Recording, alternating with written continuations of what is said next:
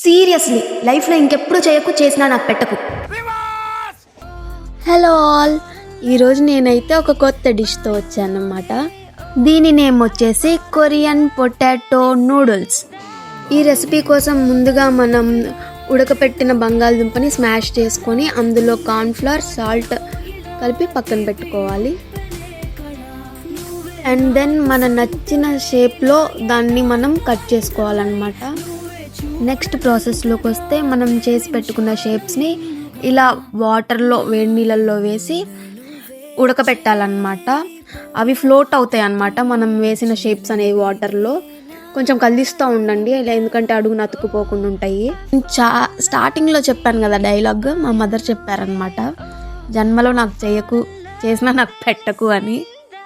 Yes, finally మనం చేసిన Korean potato noodles అయితే రెడీ.